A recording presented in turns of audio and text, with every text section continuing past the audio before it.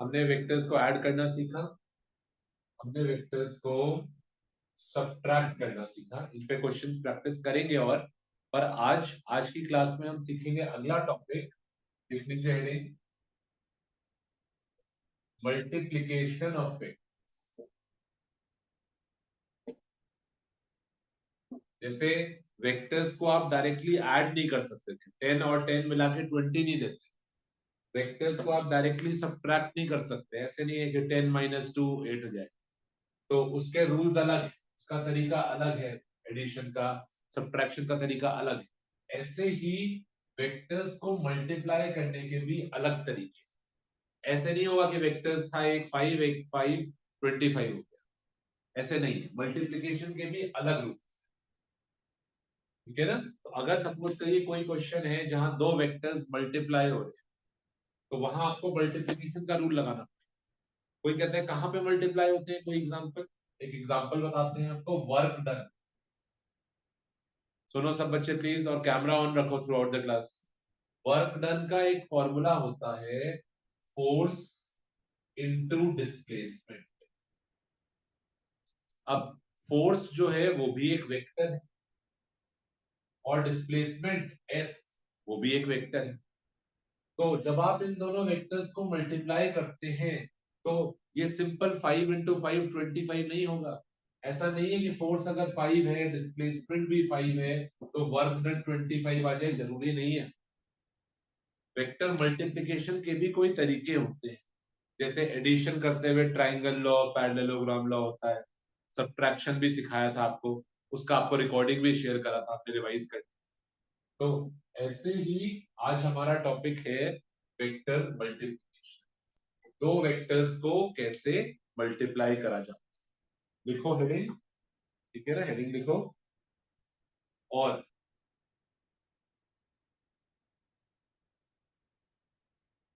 Column बना लो, ठीक है ना। इस साइड मल्टीप्लिकेशन में यहां हम लिखेंगे डॉट,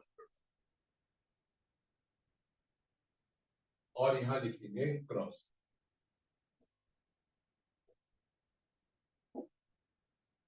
ठीक है। डॉट प्रोडक्ट के नीचे लिखेंगे स्केलर मल्टीप्लिकेशन, लिखते रहो। क्रॉस प्रोडक्ट के नीचे लिखेंगे वेक्टर मल्टीप्लिकेशन।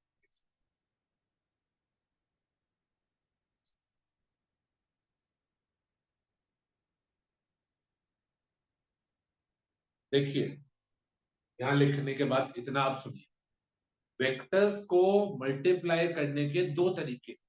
जैसे मैथ्स में तो आपका बस एक ही मल्टीप्लिकेशन होता है, 4 इंटू 5 20। मल्टीप्लिकेशन माने मल्टीप्लिकेशन, कौन से टाइप का मल्टीप्लिकेशन, ऐसा थोड़ी ना होता है। मैथ्स में तो बस मल्टीप्लाई होता है, 4 मल्टीप्लाइड बाई 5। अब ये थोड़ा ना कौन से वाला मल्टीप्लाई है, मल्टीप्लाई तो एक ही मल्टीप्लाई होता है।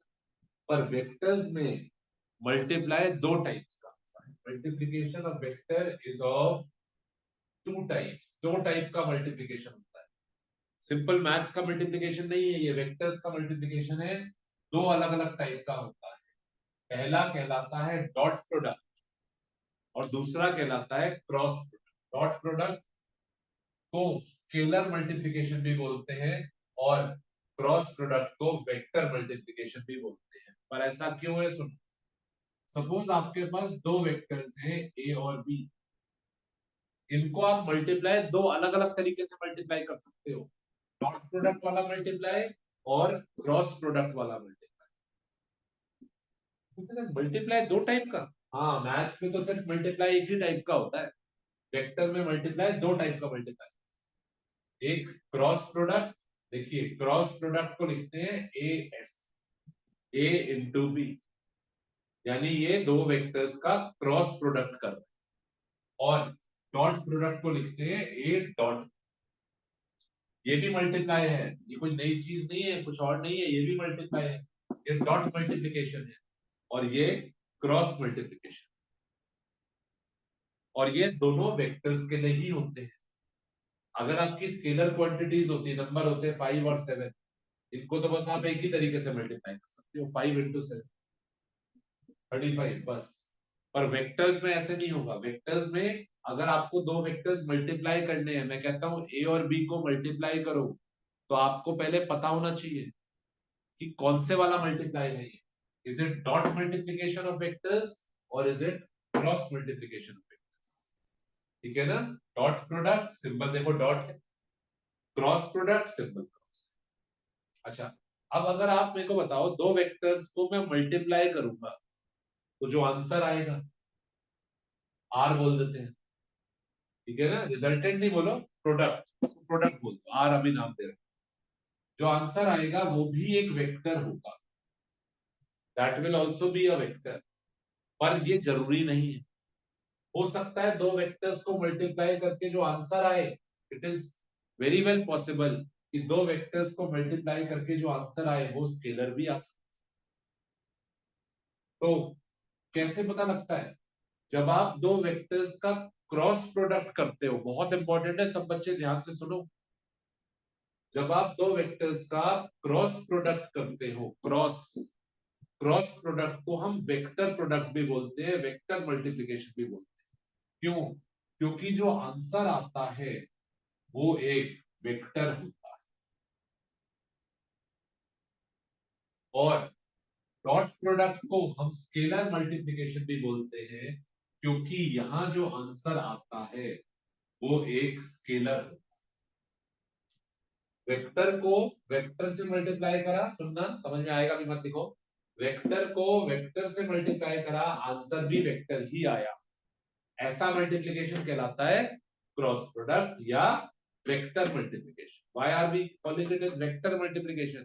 क्योंकि आंसर एक वेक्टर आ रहा है। एक वेक्टर को दूसरे वेक्टर से मल्टीप्लाई करा पर आंसर एक स्केलर आ गया, इसको बोलते हैं डॉट प्रोडक्ट। मल्टीप्लाई तो अभी भी वेक्टर्स को ही करा है, पर इसको फिर स्केलर मल्टीप्लिकेशन क्यों बोल रहे हैं? क्योंकि आंसर स्केलर है। यहां लिखो, स्केलर मल्टीप्लिकेशन बोल रहे हैं क्योंकि आंसर स्केलर आ रहा है। वेक्टर यहां लिखो, वेक्टर मल्टीप्लिकेशन बोलते हैं क्योंकि आंसर वेक्टर आ।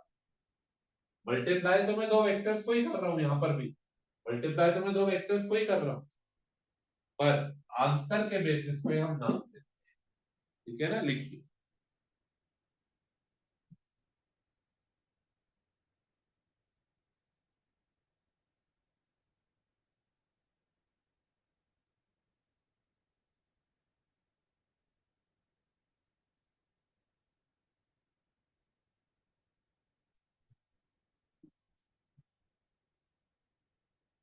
ठीक है, अब देखो दोनों को करने का तरीका। क्रॉस प्रोडक्ट को करने का डॉट, पहले डॉट सी। अगर आपको दो वेक्टर्स दे रखे ए और बी, तो इसको डॉट प्रोडक्ट निकालने के दो तरीके, इसके भी डॉट प्रोडक्ट के भी दो तरीके से आप कर सकते हैं। पहला तो लिखेंगे फर्स्ट, इसका फॉर्मूला है ए का मैग्नीट्यूड इंटू बी का मैग्नीट्यूड इंटू कॉस। बहुत सिंपल, ये मुश्किल फॉर्मूला नहीं है। A square plus B square plus two A B cos theta, वो ऐड करते थे तब था। जब आप ऐड करते थे तब फॉर्मूला अलग था, सब्ट्रैक्ट करते थे तब फॉर्मूला अलग था। डॉट प्रोडक्ट का फॉर्मूला, डॉट प्रोडक्ट का फॉर्मूला क्या है? ए का मैग्नीट्यूड इंटू बी का मैग्नीट्यूड इंटू कॉस थीटा। जहां पर थीटा क्या है लिख लेते हैं, कई बार कंफ्यूजन हो जाता है। Theta is the angle between A and B. तो कुछ जगह फिजिक्स में हमें दो वेक्टर्स का डॉट प्रोडक्ट निकालना, कुछ जगह फिजिक्स में हमें दो वेक्टर्स का क्रॉस प्रोडक्ट निकालना। सब समझ में आएगा तुम्हें, डोंट वरी। कब क्या करना होगा वो भी समझ में आएगा। तो करते कैसे हैं डॉट प्रोडक्ट, करते कैसे cross product. Dot product is very simple, A का मैग्नीट्यूड इंटू बी का मैग्नीट्यूड इंटू कॉस। और answer is not a vector, तो आपको आंसर में कोई डायरेक्शन वायरेक्शन नहीं निकालनी। आपको याद है जब हम एडिशन पढ़ते थे, जब हमने आपको एडिशन पढ़ाया था, हमने आर का फॉर्मूला भी निकाला था और डायरेक्शन के लिए टैन बीटा भी निकाला था, है ना। याद है ना डायरेक्शन निकालने की, क्योंकि आर वेक्टर होता था। यहाँ बहुत आसान है, देखिए यहाँ बहुत आसान, क्योंकि आंसर जो है वो एक स्केलर क्वांटिटी है।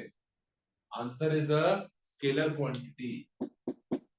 तो इसमें आपको डायरेक्शन तो निकालनी ही नहीं है, सिंस दिस इज, यहां लिख लेंगे it is a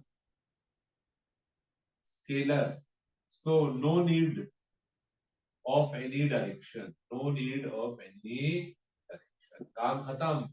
A into B into cos. अब आते हैं क्रॉस प्रोडक्ट। क्रॉस प्रोडक्ट निकालना है दो वेक्टर्स का। इसका इसके भी अलग अलग दो तरीके हैं, पहले वाला तरीका।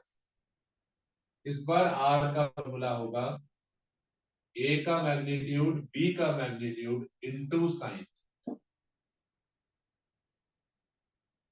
फॉर्मूला देखो फर्क है, यहाँ क्या फॉर्मूला था A into B into cos theta, और यहाँ पर क्या फॉर्मूला है, यहाँ फॉर्मूला अलग है A into B into sine theta. यहाँ कॉस थीटा था, यहाँ साइन।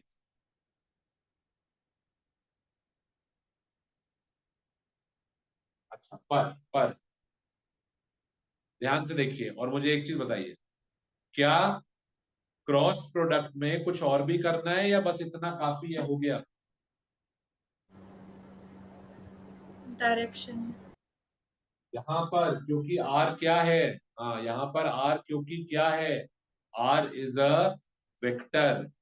तो वेक्टर में आपको मैग्नीट्यूड तो आपने बता दिया, ये तो आपने मैग्नीट्यूड का फॉर्मूला लिख दिया कि आर कितना होगा, पर आर वेक्टर है ना। देखो यहाँ पे आर स्केलर था, डॉट प्रोडक्ट से आने वाला स्केलर होता है। अगर मैं आपसे कहता हूँ डॉट प्रोडक्ट निकालना है, आपको कोई डायरेक्शन निकालने की जरूरत नहीं है, सिर्फ वैल्यू निकाल के आंसर दे। पर अगर मैं आपसे कहता हूँ क्रॉस प्रोडक्ट निकाल, अगर क्रॉस प्रोडक्ट निकालना है तो हम क्या करेंगे, मैग्नीट्यूड के साथ साथ डायरेक्शन भी चाहिए। क्यों? क्योंकि R is a vector, a vector will have both magnitude and direction. इसमें मैग्नीट्यूड भी होगा और डायरेक्शन भी होगी। तो डायरेक्शन कैसे निकालेंगे? डायरेक्शन का कोई तरीका है निकालने का, होना चाहिए ना, डायरेक्शन वरना निकालोगे कैसे? तो डायरेक्शन निकालने का क्या तरीका है, यहां लिखते हैं एन कैप। कोई कहता है ये क्या है एन कैप? एन कैप का मतलब होता है डायरेक्शन। कोई कहता है एन कैप कौन सी डायरेक्शन है? तो ये वाली बताओ, ये वाली कौन सी होती है? आई कैप होती है ना। ऊपर वाली कौन सी होती है? जे कैप होती है। जो बाहर की तरफ आता है वो के कैप होता है ना। तो कोई कहता है डायरेक्शन आई कैप है, जे कैप है या के कैप है, एन कैप क्यों लिख दिया? एन कैप का मतलब है कि कोई ना कोई डायरेक्शन लगेगी, या तो आई कैप होगा या जे कैप होगा या के कैप होगा, कोई ना कोई एक डायरेक्शन इसमें आएगी। कोई कहते हैं फिर जो आएगी वही क्यों नहीं लिख देते, आई कैप आएगा तो आई कैप ही लिख दो। क्योंकि अभी मैंने फाइंड आउट नहीं करा ना, जब मैं फाइंड आउट कर लूंगा कि यहाँ आई कैप आना है या जे कैप आना है, तब मैं वो लिख दूं। कोई कहते हैं फिर फाइंड आउट कैसे करेंगे, तो इसको फाइंड आउट करने के लिए एक रूल होता है called as the right hand thumb rule, called as the right hand thumb। आपको राइट हैंड थंब रूल से डायरेक्शन निकालनी पड़ेगी, सिखाएंगे कैसे राइट हैंड थंब रूल कैसे लगाते हैं। वहां से डायरेक्शन निकाल लो, जब डायरेक्शन निकाल लोगे वो जो भी आएगी यहाँ लिख देना। पर तब तक के लिए, जब तक नहीं मेरे को पता डायरेक्शन क्या है, मैं यहाँ क्या लिखूं, आई कैप नहीं लिख सकता। मैं आई कैप क्यों नहीं लिख सकता? मैं आई कैप क्यों नहीं लिख सकता? क्योंकि मुझे नहीं पता आई कैप है या जे कैप है या के कैप। मुझे बस ये पता है कि कुछ ना कुछ डायरेक्शन आएगी, तो मैंने एन कैप लिख दिया। अब वो कितनी आएगी वो राइट हैंड रूल से मैं निकाल, ठीक है ना। और वो राइट हैंड रूल आपको यहां लगाने की जरूरत नहीं है, यहां डायरेक्शन निकालने की जरूरत।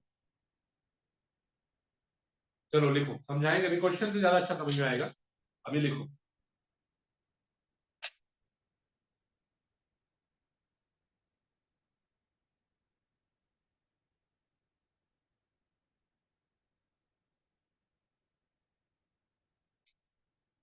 ठीक है,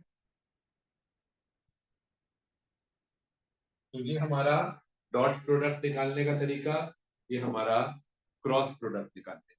अब इसमें क्वेश्चन आ जाते हैं, क्वेश्चन देखते हैं। इनको फाइंड आउट करने का एक एक तरीका और है। तो ऐसा करना वो बाद में लिखेंगे, चलो इसको अभी खत्म करो। एक और तरीका है, वो बाद में देखेंगे, पहले क्वेश्चन देख लेते हैं इसी तरीके। चलिए लिखिए क्वेश्चन। क्वेश्चन देखो, a vector A is 6 Newton, 6 Newton towards east. A vector B is 8 Newton at 30 degree north of east. Find first part, x is equal to A dot B, or second part, y is equal to A cross B. चलिए करिए, ये मैंने यहाँ question लिख दिया। आज हम सीख रहे हैं दो वेक्टर्स को मल्टीप्लाई करना। तो मैंने आपको क्वेश्चन में दो वेक्टर्स दिए हैं, ये आपका क्वेश्चन है, आपको दो वेक्टर्स दिए हुए हैं, वेक्टर ए और वेक्टर बी। आपको डॉट प्रोडक्ट लेना है इनका। सुन लो पहले क्वेश्चन कर लेना। डॉट प्रोडक्ट लेके एक्स निकाल।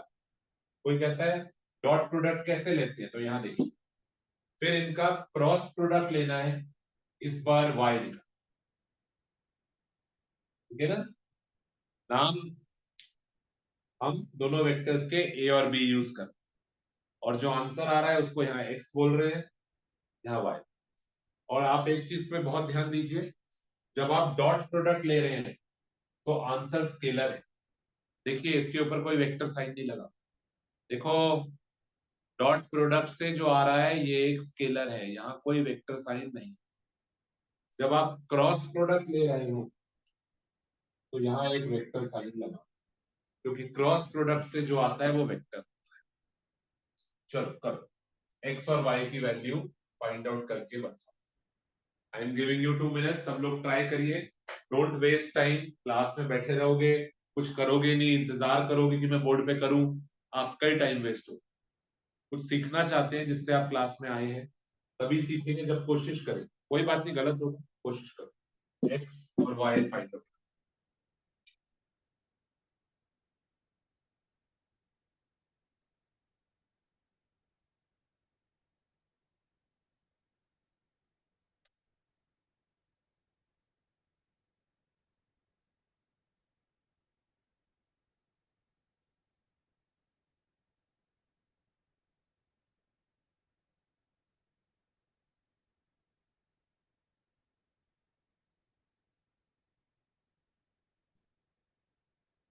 इसका आंसर आएगा, चैट बॉक्स में सेंड करो। एक्स की क्या वैल्यू आ रही है, एक्स की क्या वैल्यू आ रही है।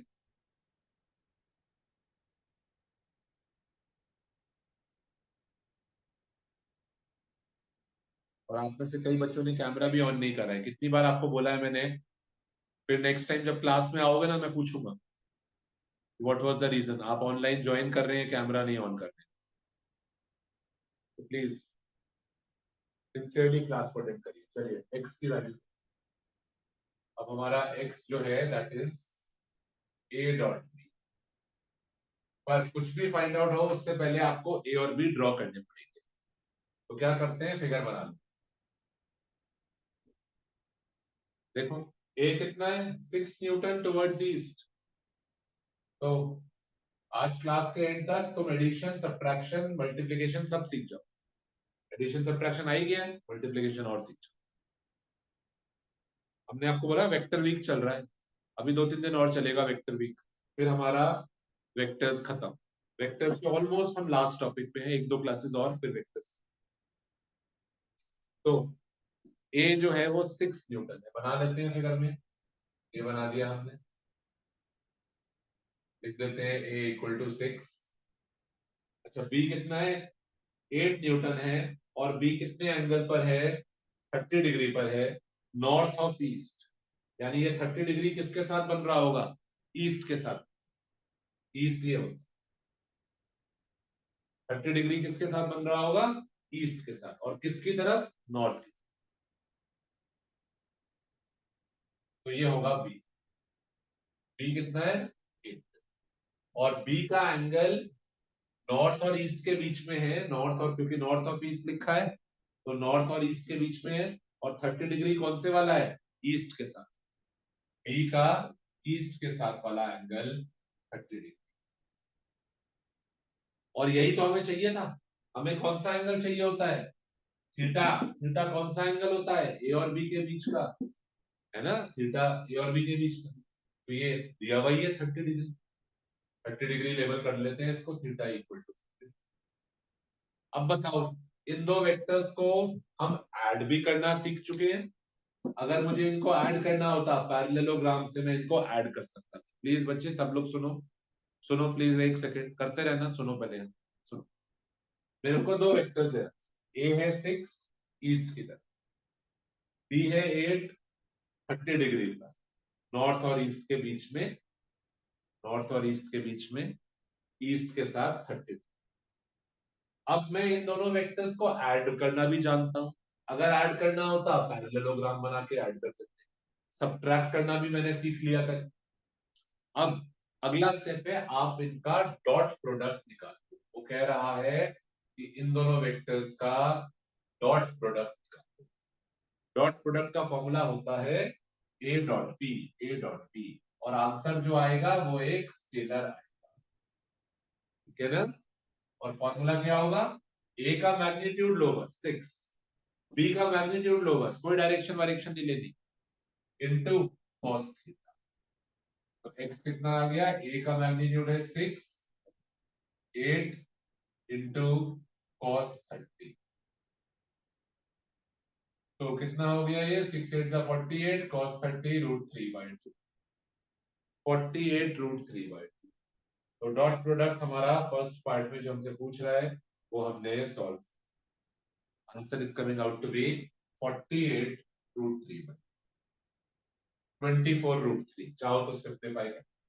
अच्छा, पर इसके आगे कोई डायरेक्शन नहीं लगेगा, ना ही आई कैप लगेगा, ना ही जे कैप लगेगा, ना ही के कैप लगेगा।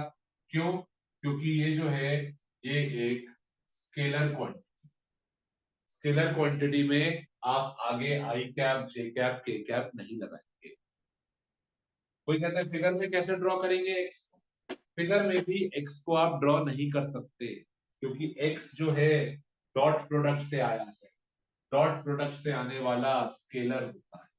स्केलर के साथ लिख लेते हैं, लिखिए यहां पर, देखिए, there is no direction of x, there is no direction of x, and we will not draw it in the figure also, and we will not draw it in the figure also.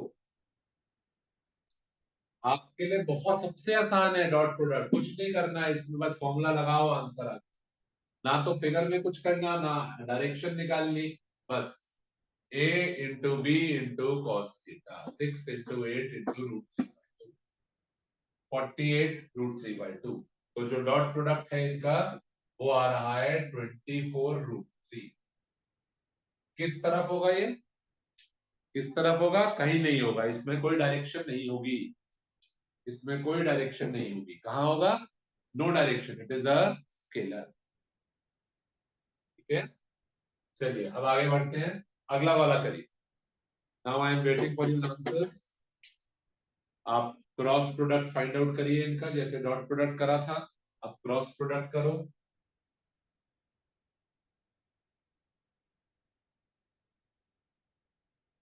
ये करो, try करो। इसमें बस एक step आपका extra होगा, इसमें बस एक स्टेप आपका एक्स्ट्रा होगा क्रॉस प्रोडक्ट में। यहां लिख लेते हैं, क्या फॉर्मूला है, y is equal to A cross B. सब बच्चों का रिप्लाई चाहिए मुझे चैट बॉक्स। सिर्फ आपने देखने के लिए ऐसे ही क्लास में ज्वाइन नहीं करा है। अगर आप इंटरेस्टेड नहीं है तो ज्वाइन ही मत करिए, ठीक है ना। किसी को जबरदस्ती पढ़ाने का कोई फायदा नहीं। अगर आप इंटरेस्टेड हो, काम करना चाहते हो, तभी तो सीखोगे। तो प्लीज रिप्लाई करो सब लोग। इस बार वो कह रहा है क्या निकालना है, क्रॉस प्रोडक्ट ए वेक्टर का और बी वेक्टर का क्रॉस। क्या फॉर्मूला होगा, ए का मैग्नीट्यूड बी का मैग्नीट्यूड साइन थीटा, ये फॉर्मूला। तो कितना आ रहा है, 6 8 sin 30, ये आ रहा है 24, ये आ रहा है 24। सब लोग कर पाए हैं, देखिए सब लोग इसके आगे, क्या काफी है, 24 आ गया, क्या काम खत्म हो गया हमारा, A into B into sine theta कर दिया, काम खत्म हो गया, बोलो अनम्यूट करो बोलो। No sir. क्या नो दिक्कत हो सर। गई फिर। No sir sir. डायरेक्शन नहीं सर है। डायरेक्शन। डायरेक्शन। हाँ अब देखिए यही फर्क है, सब बच्चे ये बात समझिए, हम आपको बहुत आराम से पढ़ा रहे हैं, स्पीड हमारी काफी स्लो रखी हुई है, जिससे तुम लोग सब तसल्ली से समझ। डॉट प्रोडक्ट में वैल्यू आ गई, काम खत्म, क्योंकि डायरेक्शन की जरूरत ही नहीं थी। अगर कभी क्रॉस प्रोडक्ट पूछ लिया तो थोड़ा काम एक्स्ट्रा है, मेहनत थोड़ी सी ज्यादा है, इस बार आपको आगे डायरेक्शन भी लिखनी,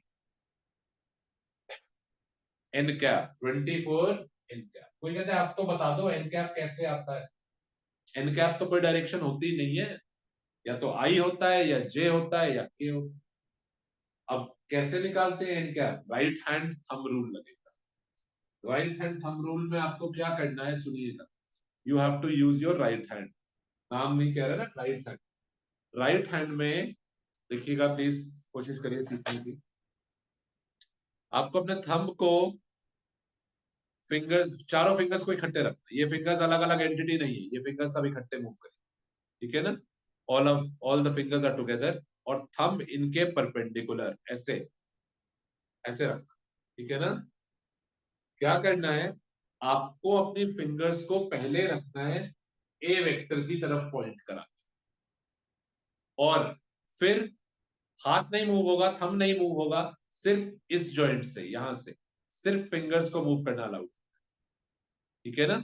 आपको पहले रखना है फिंगर्स को ए की तरफ, और घुमा के ले जाना है बी की तरफ, रोटेशन होना चाहिए फिंगर्स का पहले वेक्टर से दूसरे वेक्टर की तरफ, और इस प्रोसेस में आपका थंब नहीं मूव करना चाहिए, थंब को फिक्स रखा है, सिर्फ फिंगर्स का मूवमेंट अलाउड होता है, ये देखो सिर्फ फिंगर्स का मूवमेंट अलाउड होता है, कहां से कहां, पहले वेक्टर से घुमाकर दूसरे वेक्टर की तरफ, ठीक है ना। देखिए कैसे रख, देखो पहले मैं फिंगर्स को रखूंगा ऐसे, आपको ऐसे रख, प्लीज ट्राई एंड अंडरस्टैंड थोड़ा सा। पहले मैंने फिंगर्स को रखा है किसकी तरफ, ए की, ये ए वेक्टर की तरफ पॉइंट, और अब बाकी चीज मूव नहीं करेगी, सिर्फ फिंगर्स मूव करके जाएंगी बी। अभी ये ए की तरफ है, और अभी ये घूम के बी की तरफ।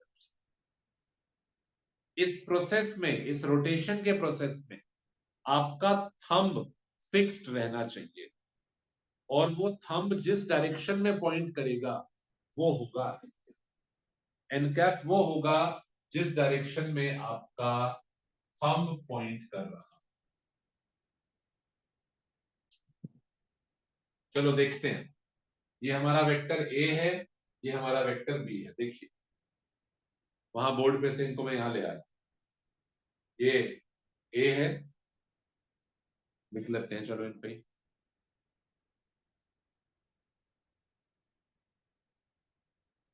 ठीक है ना, ये ए है, और ये देखो ये टेढ़े वाला जो है ये बी है, ठीक है ना। हो सकता है थोड़ा सा आप लोगों को क्लियर ना दिख पा रहा हो, पर कोई बात नहीं, समझ तो लोगे, ये ए और ये बी, ठीक है ना। ये ऊपर से जो दो वेक्टर्स यहाँ बने हुए थे, ये देखो वहां बोर्ड पे ऊंचा होगा ना तो आपको इतना क्लियरली समझा नहीं पाएंगे, तो उन दो वेक्टर्स को ए और बी, ये ब्लैक वाला ए है, ये B। अब मुझे क्या करना है, राइट हैंड की फिंगर्स को ए की तरफ और घुमाना है बी की तरफ, हो गया, देखो कितना आसान है, बस थंब को मूव नहीं करूंगा मैं, थंब फिक्स रहेगा, फिंगर्स मूव करेंगी ए से बी, ए से, only the fingers will rotate from A to B.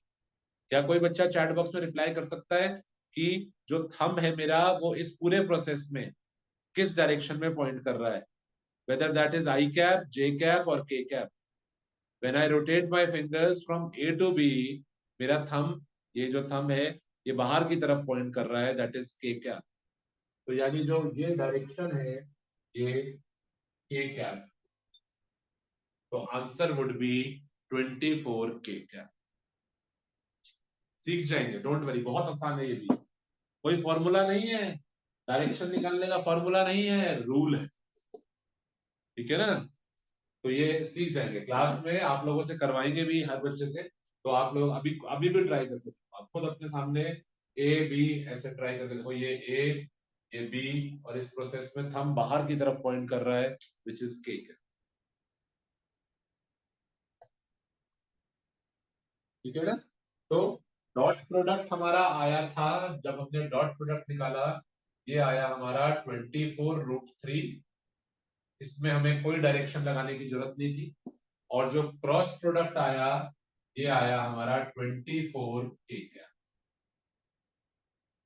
Question में आपको पता होगा कि आपको वेक्टर्स को डॉट करना है या cross, that will be clear in the question. करते कैसे, वो सीखिए, ठीक है, ठीक है। चलो एक और क्वेश्चन।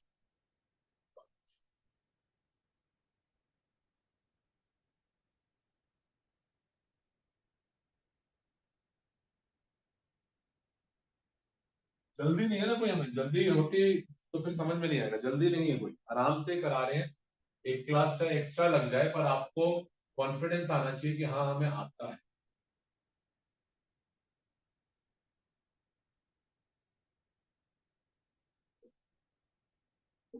दोनों फाइंड आउट करेंगे इस बार भी, डॉट और क्रॉस। क्वेश्चन लिख लो। क्वेश्चन है, vector C is 6 meter towards south, vector D is 4 meter at 30 degree south of west. Find पहला है डॉट प्रोडक्ट निकालेंगे। डॉट प्रोडक्ट में बोल रहा हूँ P1 is equal to C vector dot product D, और फिर फाइंड आउट करना है आपको P2। P2 क्या है इनका, क्रॉस प्रोडक्ट, यानी C वेक्टर क्रॉस D। देखिए दो चीजें फाइंड आउट करनी, P1 वेक्टर और P2। P1 वेक्टर और P2 वेक्टर आपको फाइंड आउट करने हैं। ध्यान से देखो, C और D दो वेक्टर्स आपको गिवन है, C और D दो वेक्टर्स आपको गिवन है। क्वेश्चन लिखो।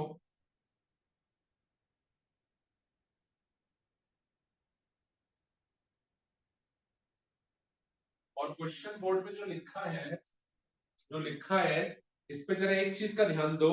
एक चीज मैंने कुछ गलत लिखी, गलत है कुछ, या कुछ मिसिंग है कहीं, तो कोई बच्चा ध्यान से देखे और अनम्यूट करके कोई बच्चा बता सकता है क्या चीज बोर्ड पे गलत। सर P2 पे डायरेक्शन नहीं है। P2 पे P2 के ऊपर वेक्टर साइन लगना चाहिए था। ध्यान से देखो सब लोग, क्योंकि अभी हमने आपको क्या बताया था, डॉट प्रोडक्ट से जो आता है वो तो एक स्केलर होता है, उसके ऊपर वेक्टर साइन नहीं लगेगा। पर क्रॉस प्रोडक्ट से जो आता है वो तो वेक्टर होता है, तो इसके ऊपर तो वेक्टर साइन लगेगा। यानी यहां पर आपको मैग्नीट्यूड भी बताना है और डायरेक्शन भी बताना है। थोड़ा लेंथी हो गया, यहां पर आपको सिर्फ मैग्नीट्यूड बताना है, ये ज्यादा आसान है। चलिए जल्दी से करें। P1 का आंसर सेंड करो P1 इक्वल टू, और P2 का आंसर सेंड करो P2। P2 में थोड़ा टाइम लगेगा आपको, क्योंकि डायरेक्शन भी लिखनी होगी, फिगर बनानी पड़ेगी, राइट हैंड रूल लगाना पड़ेगा।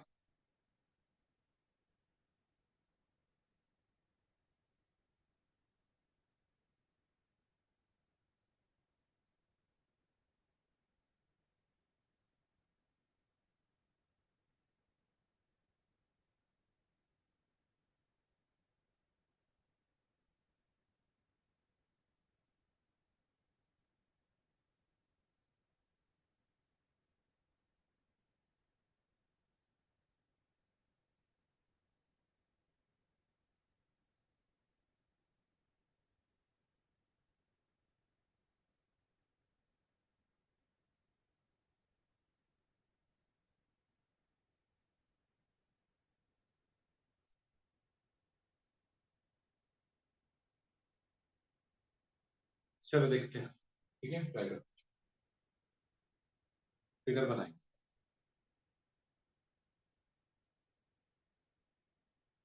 फिगर बना लेते हैं, सब लोग ध्यान दो अब, और प्लीज रिप्लाई करते रहो चैट बॉक्स में जिनका आंसर आता है। North, south, east. सी है 6 मीटर साउथ की तरफ, तो ये हमने बना दिया। फिगर बढ़िया सुंदर सी बना दो, जिससे कि तुम्हें फिगर देख के कोई कंफ्यूजन ना हो। छोटी छोटी फिगर बनाएंगे जिसमें खुद ही कंफ्यूजन हो जाए। और डी है 4 meter 30 degree south of west, यानी साउथ और वेस्ट के बीच में बनेगा, साउथ और वेस्ट के बीच में। और ये 30 डिग्री एंगल किसके साथ होगा? वेस्ट। तो डी यहां।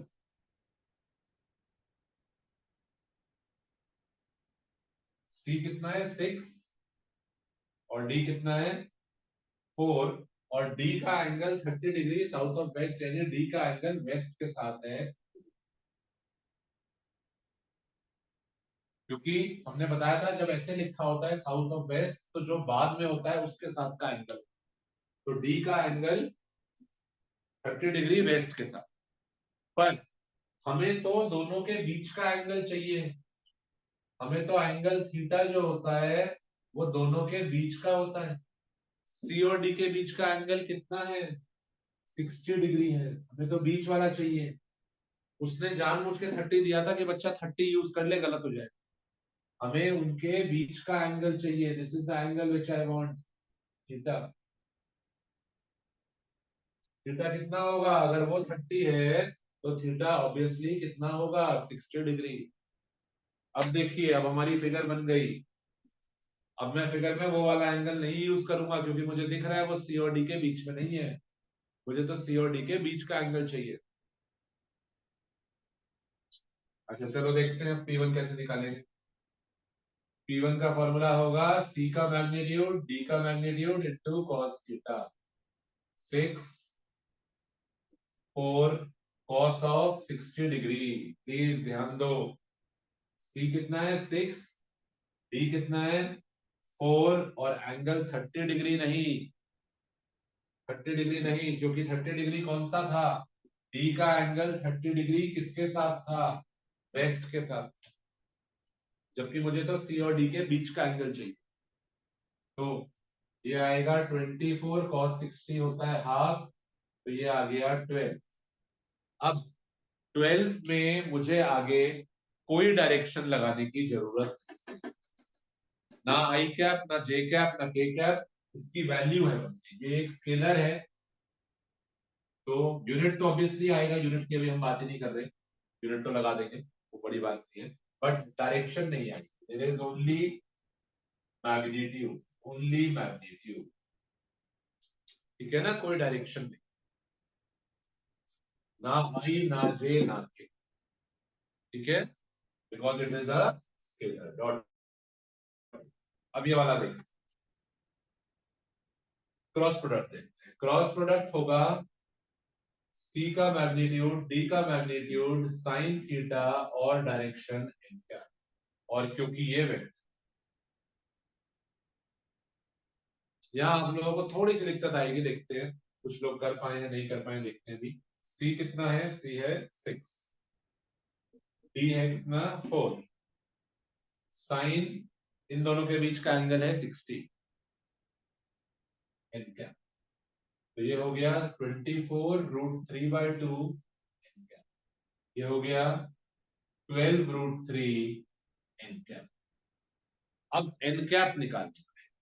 एन कैप निकालने के लिए अभी मैंने आपको बताया, एन कैप निकालने के लिए you have to use the right hand thumb rule, या राइट हैंड स्क्रू रूल भी होता है। तो जो भी आप नाम दो, राइट हैंड रूल बोल दो, चाहे राइट हैंड रूल लगाओ। और जरा आप लोग मुझे बताओ P2 की डायरेक्शन क्या आ रही है, क्योंकि मुझे यहाँ पे मैग्नीट्यूड के साथ साथ डायरेक्शन भी बतानी है। करिए, राइट हैंड रूल लगाइए, अपना राइट हैंड यूज करिए। इट मेक्स नो डिफरेंस कि आप राइटी हैं या लेफ्टी हैं। कोई कहता है मैं तो लेफ्ट से लिखता हूँ, किसी से भी लिखते, रूल राइट हैंड से लगेगा। ठीक है ना, रूल राइट हैंड से, रूल राइट हैंड से ही लगेगा। ठीक है, use your right hand, point your right hand in the direction of C vector while keeping the hand fixed, fingers को रोटेट कराओ टुवर्ड्स द डी वेक्टर। देखिए ये ले लेते हैं दोनों, ये सी है ये डी है। देखो सब लोग ध्यान दो, ये है ना ब्लैक वाला, हम सी ले लेते हैं। देखो अब देखो, ये ब्लैक वाला सी है और ये वाला डी, वहां पीछे दिख रहे हैं बोर्ड पे भी आपको, है ना, ये सी और डी, ये मैंने यहाँ बना। अब मेरे को हमको ऐसे फिंगर्स को ऐसे रखना है कि मैं उसको सी से घुमा के डी की तरफ ले जा सकूं, है ना, सी से घुमा के डी की तरफ। इस बार मैं ऐसे रख, तभी मेरी फिंगर्स, क्योंकि मेरी अगर मैं ऐसे रख लेता हूँ तो उल्टा घुमाना, मेरे ये फिंगर्स जो हैं, ये जो फिंगर्स हैं ये आपकी इस साइड घूम सकती, पर अगर आपको उल्टा घुमाना हो, ये फिंगर्स आपकी यहाँ उल्टा नहीं घूम सकती। आप यहाँ पे देखो, आपका वेक्टर सी जो है, अगर आप ऐसे रखते हो, अगर आप हाथ ऐसे रखते हो, तो आप सी से डी उल्टा घूम, ये तो उल्टा घूमना हो, ये तो ऐसे हो जाएगा, उल्टा घुमाने वाली बात हो जाएगी, उल्टा नहीं घुमा पाओगे आप। प्लीज लिसन, अगर मैं हाथ ऐसे रखता हूँ, देखो सब बच्चे प्लीज सुन तो लो, ध्यान ही नहीं दे रहे हो तुम लोग। अगर हम हाथ ऐसे रखते हैं, अभी मेरा हाथ सी वेक्टर की तरफ है, पर अब मैं इसको डी की तरफ ले जा नहीं सकता, ये मेरी फिंगर्स ऐसे थोड़े ना उल्टा थोड़े ना घूम घूम जाएगी, ये इस तरफ घूमती है, पर मेरा वेक्टर डी तो पीछे की तरफ है। तो मैं क्या करूं, ऐसे तो घुमा ही नहीं सकता, मैं डी की तरफ जाएगा ही नहीं है कभी भी, डी वेक्टर तो उधर है। तो मेरे को हाथ को ऐसे ऐसे रखना। देखिए इस बार थंब आपका अंदर की तरफ जा, you have to keep your hand in such a way कि आप उसको सी से डी की तरफ घुमा सके। ये देखो, अब ये सी की तरफ है, अब ये घूम के डी की तरफ, ये देखो सी की तरफ है फिंगर्स, घूम के डी की तरफ। और इस प्रोसेस में मेरा जो थंब है वो बाहर की तरफ नहीं पॉइंट कर रहा, ध्यान से देखो, जो मेरा थंब है वो अंदर की तरफ इनटू द बोर्ड पॉइंट कर रहा है। इनटू द बोर्ड कौन सी डायरेक्शन होती है, इनटू द बोर्ड डायरेक्शन होती है माइनस के कैप, बाहर की तरफ के कैप होता है और अंदर की तरफ माइनस के कैप। अगर हम बाहर पॉइंट करें तो के कैप होगा, और अगर हम अंदर पॉइंट करेगा ऐसे तो दिस विल बी माइनस के। यहाँ पे देखिए ऐसे ही हो, ये मेरा थंब अंदर की तरफ पॉइंट कर रहा है, सी और घुमा के डी, सी से डी, सब बच्चे देखो सी से डी, क्यों, क्योंकि सी क्रॉस डी करना है, तो सी से घुमाकर डी की तरफ जाना, तो सी से घुमाकर डी, इस प्रोसेस में थंब अंदर की तरफ पॉइंट कर रहा है, तो डायरेक्शन है माइनस के।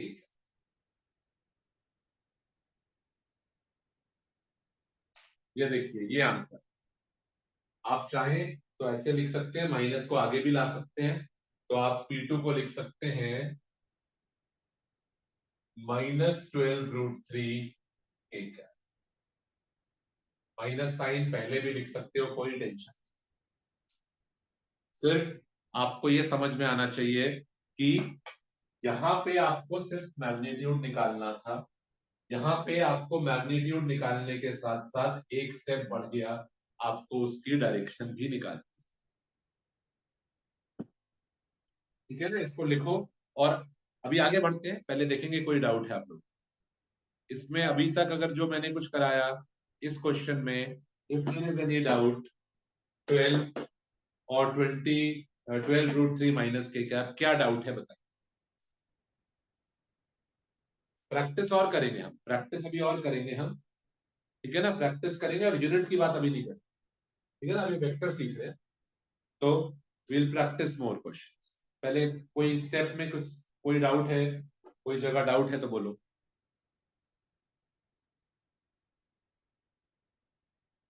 If there is any doubt please unmute करिए और पूछिए।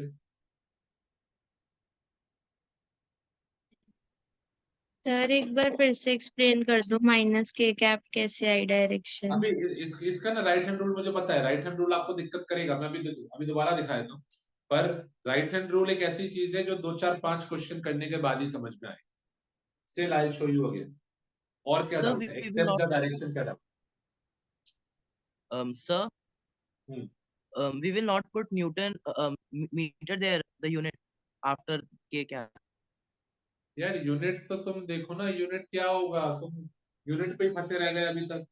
हम लोग वेक्टर पढ़ रहे हैं, तुम यूनिट पे ही फंस गए। न्यूटन कहाँ से आ गया? सी का क्या Not यूनिट है? Newton meter, अरे meter. सी का यूनिट क्या है? बोलो।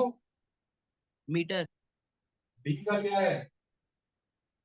meter, तो सी और डी मल्टीप्लाई हो रहे हैं, तो P1 का यूनिट की बात करें तो यूनिट क्या होगा? यूनिट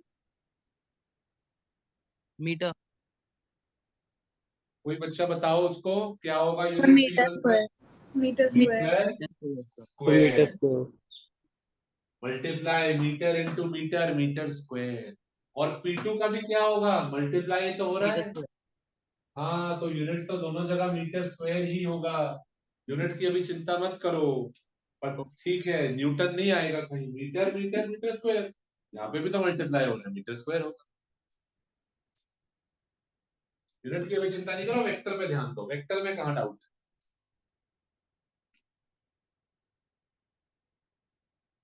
चलो आगे देखते हैं, आगे देखते हैं थोड़ा और अभी कराते हैं। लिखो, ये क्वेश्चन हो गया, थोड़ी देर अभी बची है। अब डॉट प्रोडक्ट और क्रॉस प्रोडक्ट निकालने का एक और तरीका है, तो लिखते हैं हेडिंग। हेडिंग है another method, another method of multiplication, another method of multiplication.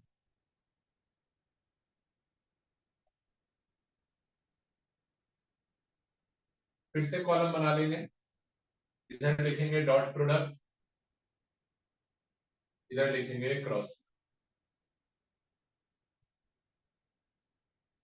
इस बार एक और तरीका सीखेंगे डॉट प्रोडक्ट निकालने का, और हेडिंग डाल लीजिए another method for multiplication.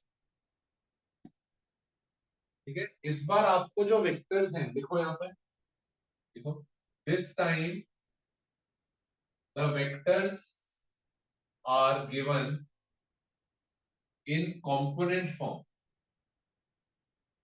Vectors are given in component form. आपके जो वेक्टर्स हैं ए और बी, वो आपको north south east west form में नहीं दिए हुए, वो आपको कंपोनेंट फॉर्म में दिए। A is given as 2i cap plus 3j cap. Vector b is given as, let us say, 6i cap plus 2j cap. हम ऑलरेडी वेक्टर की पहली क्लास में सीख चुके हैं कि इसका क्या मतलब, वी ऑलरेडी नो कि ये क्या है। इनको भी हम ड्रॉ कर सकते हैं। सुनना भी, अभी इधर कुछ मत बनाना, let me show you the figure. इस बार ए कैसे बनेगा? ए के दो कंपोनेंट्स, ए का एक कंपोनेंट है 2 किस तरफ? आई कैप की तरफ, और ए का दूसरा कंपोनेंट है 3 जे कैप की तरफ। तो ए के दो कंपोनेंट्स हैं, इनको मिलाकर ये बन गया vector A. This is vector A.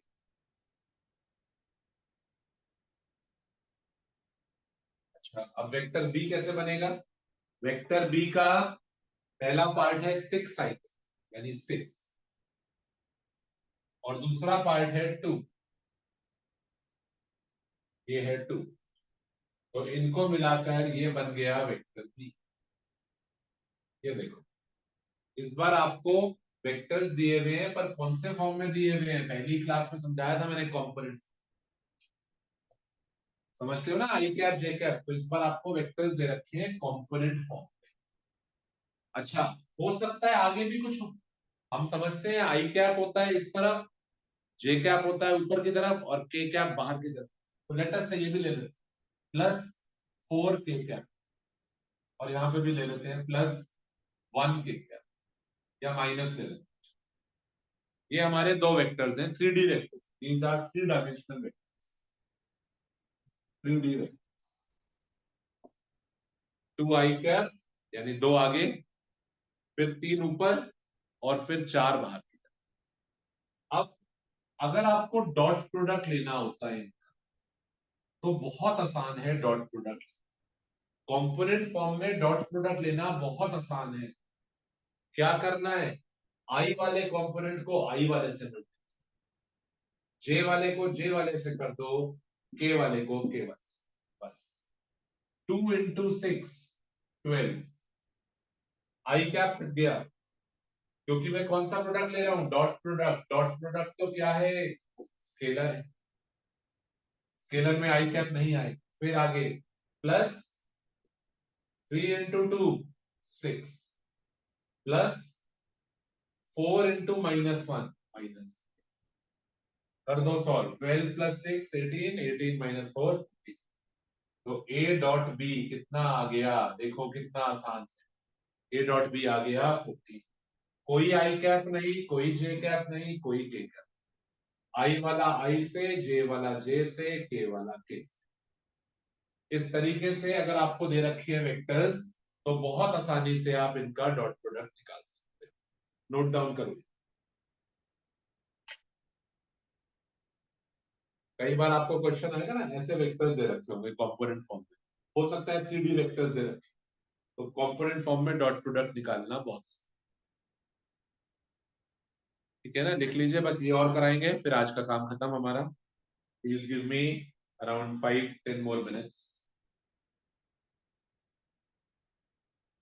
Cross product भी सिखा देते हैं, तो फिर कंपोनेंट फॉर्म में अगर दे रखा है क्रॉस प्रोडक्ट कैसे, तो यही वेक्टर्स ले लेते, क्रॉस प्रोडक्ट निकालना है। वेक्टर्स आपको आईजे के 3D कंपोनेंट फॉर्म में दे रखे, यहाँ लिखो क्रॉस प्रोडक्ट निकालने के लिए यहाँ पे थोड़ा सा मैथमेटिक्स और लगता है। We use डिटर्मिनेंट, एक मैथ्स का तरीका होता है called as determinants. Cross product of two vectors, इन्हीं दोनों वेक्टर्स का आपको अगर क्रॉस प्रोडक्ट निकालना है तो आपको डिटर्मिनेंट की मदद लेनी पड़ेगी। कोई कहता है अब ये क्या आ गया, डिटर्मिनेंट क्या आ गया, पहले ही वेक्टर मैथ्स का टॉपिक पढ़ रहे हैं। हाँ, तो मैथ्स का बहुत ज्यादा यूज होता है, पर बहुत हाई फाई नहीं है, बहुत बेसिक चीज, बिल्कुल बेसिक सा मैथमेटिक्स। क्या होता है डिटर्मिनेंट बता दें, घबराओ मत। मैथ्स अगर आपके पास नहीं है उससे कोई फर्क नहीं, जितना मैथ्स हमें चाहिए उतना हम आपको कराएंगे। तो डिटर्मिनेंट क्या हो, दो लाइंस बनाते हैं, यहाँ लिखते हैं आई कैप, यहाँ लिखते हैं जे कैप, यहाँ लिखते हैं नंबर्स को एक रेक्टेंगल की फॉर्म में अरेंज करेंगे, अपने दोनों वेक्टर्स को एक रेक्टेंगल की फॉर्म में अरेंज करेंगे और वो कहलाएगा डिटर्मिनेंट। पहला वेक्टर हमें निकालना क्या है, वो क्या कह रहा है इस बार, वो कह रहा है ए क्रॉस बी निकाल, A cross B. he wants me to find out he wants me to find out the cross product of these two vectors. He wants me to find out the cross product of a and b. अब a और b का cross product कैसे निकालेंगे, देखो ध्यान से सब बच्चे, a और b का क्रॉस प्रोडक्ट, क्रॉस प्रोडक्ट निकालने के लिए आप डिटर्मिनेंट बनाएंगे। डिटर्मिनेंट में दो लाइनें बना दो, आई जे के लिख दो, ऊपर पहले वेक्टर को लिखो। पहला वेक्टर कितना है, इसका आई वाला कितना है, आई वाला 2, जे वाला कितना है 3 है, और के वाला कितना है इसका 4। देखिए पहले मैंने अपने पहले वेक्टर के कंपोनेंट्स लिखे 2 3 और 4। आई कंपोनेंट 2 है, जे कंपोनेंट 3 है, के कंपोनेंट 4। फिर दूसरे वेक्टर के लिखे 6 2 और -1। इस तरीके से नंबर्स को जब लिखते हैं that is called as determinant. Maths में क्लास 12th में है शायद ये टॉपिक, या शायद क्लास 11th का आखिरी topic. This arrangement of numbers is called as determinant. और इसको खोल के सॉल्व कैसे करते हैं सीख लो, 5 मिनट में हो जाए। मैथ्स है नहीं है कोई फर्क, तो कितना आता है, इसको कैसे खोलते हैं सीख। सबसे पहले आई कैप, सबसे पहले आई कैप तो लिखेंगे आई कैप। सुनना प्लीज, प्लीज सब बच्चे भी अटेंटिव ना हो, फिर वरना बाद में समझ में कभी नहीं आएगा कि ये क्या कैसे सॉल्व होता है डिटरमिनेंट। जब आप आई कैप उठाते हैं, ब्रैकेट लगाइए, आई कैप के नीचे वालों को छुपा लें, आई कैप के नीचे वाले जो है उनको छुपा लें।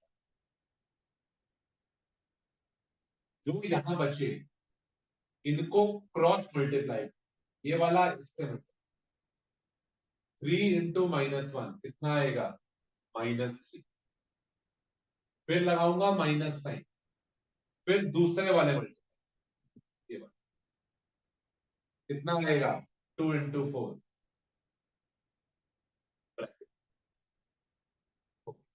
आई कैप सॉल्व। ठीक है, कोई बात नहीं, डोंट वरी, अभी बताएंगे आगे भी। फिर आई कैप के बाद अगले वाले पे चलते हैं। डिटर्मिनेंट सॉल्व जब होता है ऑल्टरनेट साइन के साथ, पहला पॉजिटिव लिया जाता है, अगला नेगेटिव लिया जाता है, अगला फिर पॉजिटिव। आई कैप पहले वाला था पॉजिटिव, जे कैप दूसरे वाला है, तो जे कैप को जब लिखेंगे तो क्या लिखेंगे, माइनस, फिर ब्रैकेट खोल, जे कैप के नीचे वाले छुपा दो, क्रॉस मल्टीप्लाई करके इस वाले नंबर को इस ऊपर और नीचे, 2 इंटू -1 यानी -2, फिर माइनस साइन लगाएंगे, पहला ही क्वेश्चन कर रहे हो, घबराओ मत। फिर माइनस साइन लगाएंगे, दूसरी तरफ क्रॉस मल्टीप्लाई, ठीक है ना, दूसरी तरफ 6 इंटू 4 20 ब्रैकेट में, ठीक है ना, जे कैप भी हो गया। तुम लोग एक ही क्वेश्चन में सीख जाओगे, घबराओ नहीं अभी। अब किसको उठाएंगे, सिर्फ सुनते रहो ध्यान से। अब किसको उठाएंगे, के कैप। अब आपने के कैप, जब आपने के कैप उठाया तो लिखेंगे प्लस के कैप, आगे में जगह नहीं है, यहां लिखो ब्रैकेट। चलो ध्यान दो, के कैप के नीचे वाले छुपा लिए, क्रॉस मल्टीप्लाई, 2 इंटू 2 4 माइनस ये वाला 6 इंटू 3 8, हो गया, डिटर्मिनेंट सॉल्व हो गया, क्रॉस प्रोडक्ट निकल आया। कोई कहते ये कैसे आ गया, क्या है ये सब, सॉल्व करो ना, क्रॉस प्रोडक्ट आ रहा है, P2 आ रहा है, ये P2 is the cross product. कितना आ रहा है P2 अभी देखते हैं, -3 -8 कितना हुआ, -11 आई क्या, -11 आई क्या। अच्छा, -2 -24 -26 हुआ था, और माइनस माइनस प्लस बन गया, तो +26 जी, और 4 -18 -14 के, -14, ये आ गया हमारा P2 वेक्टर। अब इसके मुकाबले सोचो P1 कितना आसान था, P1 जब आया था वो निकालना कितना आसान था, क्योंकि डॉट प्रोडक्ट में नो डायरेक्शन, यहां पे डायरेक्शंस भी हैं, यहाँ पे मैग्नीट्यूड्स के साथ साथ डायरेक्शन भी आ रही है, आई कैप जे कैप के कैप सब आ रहे हैं इसमें। तो कैसे हमने इन दो वेक्टर्स का डॉट प्रोडक्ट निकाला, और कैसे हमने इन दोनों का क्रॉस प्रोडक्ट निकाला, देखिए ये तो मैंने करा है, कोई बात नहीं। अब अगला आप लोग खुद करोगे, then we are done for today. ये कंपोनेंट फॉर्म में सॉल्व करने का तरीका है, कंपोनेंट फॉर्म में डॉट प्रोडक्ट, कंपोनेंट फॉर्म में क्रॉस, ठीक है। इसी स्टेप में अगर आपको दिक्कत आई थी तो वो हम एक बार लिखवा देंगे। डिटर्मिनेंट हो सकता है आपने पहली बार देखा है इसलिए मुश्किल आ रहा हो आपको, डिटर्मिनेंट एक बार इसको लिख लो, ठीक है ना। सबसे डोंट वरी, इस आज की रिकॉर्डिंग भी आपको मिलेगी, डोंट वरी। जिस स्टेप आपको जो नहीं समझ में आया है वो आप रिवाइज करिएगा, ठीक है ना, वो भी मिलेगी, दोबारा भी बताएं। आई कैप पॉजिटिव लिया जाता है, जे कैप नेगेटिव लिया जाता है, के कैप पॉजिटिव। फिर से समझा रहा हूं, देखो डिटर्मिनेंट कैसे सॉल्व, डिटर्मिनेंट कैसे सॉल्व हुआ।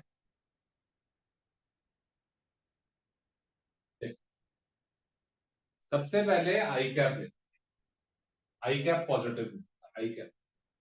चलो अब आप ही लोग करो कैलकुलेट, आप ही लोग कैलकुलेट करो, मुझे बताओ। आई कैप वालों को छुपा लो, करो क्रॉस मल्टीप्लाई करो। ये वाला 3 इंटू -1, 3 इंटू -1 इज -3, फिर माइनस लगाओ, दूसरा वाला क्रॉस मल्टीप्लाई करो, 8। ठीक है, ये आई कैप सॉल्व। अब अगला कौन लेंगे, जे कैप। जे कैप नेगेटिव में लिया, -j। चलो करो जरा, करो चैट बॉक्स में रिप्लाई करो, क्या आएगा जे कैप।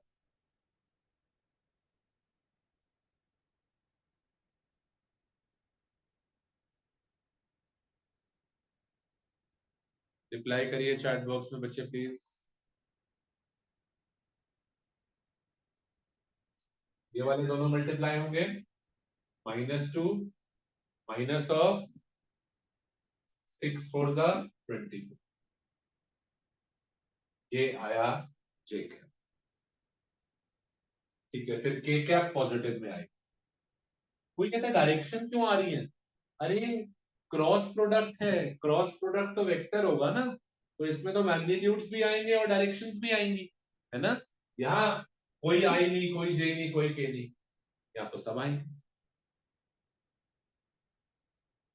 अच्छा अब जरा देखो, के कैप वाला, के कैप को छुपा लिया, 2 इंटू 2 4 -6 इंटू 3 18। ये देखिए, तो कितना हो गया ये, -3 -8 -11 आई कैप, -2 -24 -26 और प्लस हो गया +26 जे कैप और -14 के कैप। तो P2 वेक्टर कितना आता है, P2 वेक्टर, P2 क्योंकि वेक्टर है तो -11 आई कैप +26 जे कैप -14 के। और वही सोचो कि P1 कितना आसान, P1 में तो कोई टेंशन ही नहीं हुई थी, ठीक है ना। तो ये हमारा दूसरा तरीका है। इस बार जब आपको कंपोनेंट फॉर्म में दिए होते हैं, आप डॉट और क्रॉस वेक्टर्स को कैसे करते हैं क्वेश्चन कर लेते हैं। बता रहा हूं इसको मैं, आपको रिकॉर्डिंग मिलेगी आज की, so that you can revise these topics. Vectors मैं आपको बता रहा हूं, वेक्टर्स हमारा almost one of the most important topics of 11th। जैसे कैलकुलस बहुत जगह यूज होगा, वेक्टर्स उससे भी ज्यादा यूज होगा, वेक्टर्स का यूज कैलकुलस से भी ज्यादा। चलो last question, vector A is 2i cap plus J cap plus के कैप। सिर्फ जे कैप है यानी नंबर 1 है, के कैप के साथ भी नंबर, और वेक्टर बी है 3i कैप प्लस 2j। तो कहते हैं, बस, हाँ बस, नहीं है आगे के कैप, नहीं है तो क्या करूं, नहीं है, नहीं है तो आप 0 लिख दो, प्लस कितना के कैप है, यहाँ नहीं दे रखा, कई बार नहीं देगा वो कहता है मेरा तो 2D वेक्टर है, 2 डायमेंशन में है बस, 3D वेक्टर नहीं है, कोई बात नहीं, 0 लगा दो, 0 के कैप। और जहां कोई नंबर्स नहीं लिखे हुए वहां नंबर 1 है, जहां कोई नंबर नहीं, सिर्फ के कैप लिखा हुआ है यानी 1 के। तो ये देखिए, ये हमारे दो वेक्टर्स ए और B. Question first, find A dot B. चलो जल्दी से, I want all of you to reply in chat box A dot B. कुछ बच्चों ने रिप्लाई कर दिया है, बाकी सब लोग जल्दी से, लेट मी सी कितने लोग रिप्लाई कर रहे हैं। सबका रिप्लाई आना चाहिए। जिन्होंने रिप्लाई कर दिया है, रिप्लाई करके क्रॉस प्रोडक्ट निकालना शुरू कर देना। हम काउंट कर रहे हैं कितने बच्चे इसका रिप्लाई कर चुके हैं।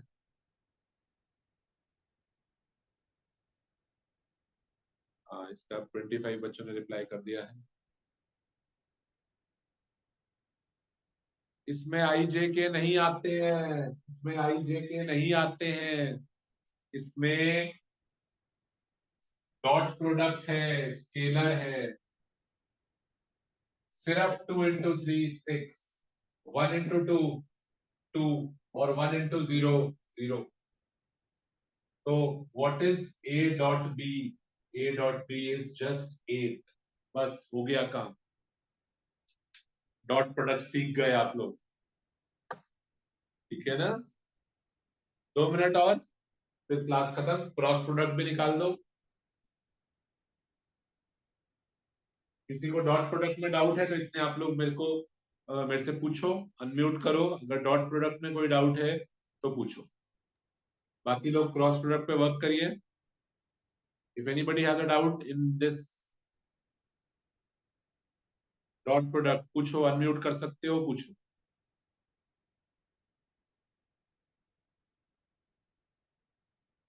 किसी को डाउट नहीं है? चलो क्रॉस प्रोडक्ट जल्दी से करते हैं। अब क्वेश्चन बदल रहा हूं, देखो क्वेश्चन बदल रहा हूं मैं। अब क्वेश्चन क्या है? डॉट प्रोडक्ट तो हम यहाँ लिख देते हैं, हमारा आंसर आ गया था। Dot product P1 is A dot B, it was coming out to be 8। अब क्वेश्चन है find P2, second type of product which is A cross B। तो यहाँ जल्दी से बना लेते हैं। हम हमें पता ही है डिटर्मिनेंट बनाना पड़ेगा, बना लेते हैं डिटर्मिनेंट। यहाँ लिख देते हैं आई कैप, जे कैप, के कैप। और ये भी पता है हमें कि ऑल्टरनेट साइन के साथ होते हैं, पॉजिटिव नेगेटिव पॉजिटिव, ठीक है ना?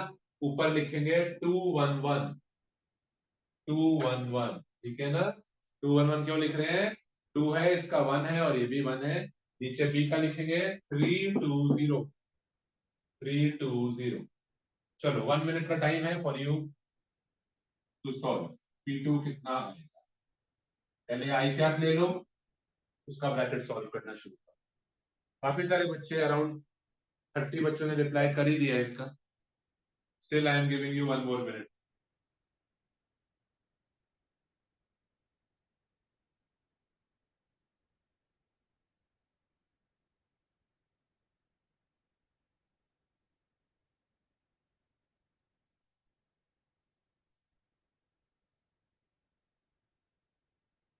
चलिए देखते हैं। आई कैप लिया, इसको छुपाया।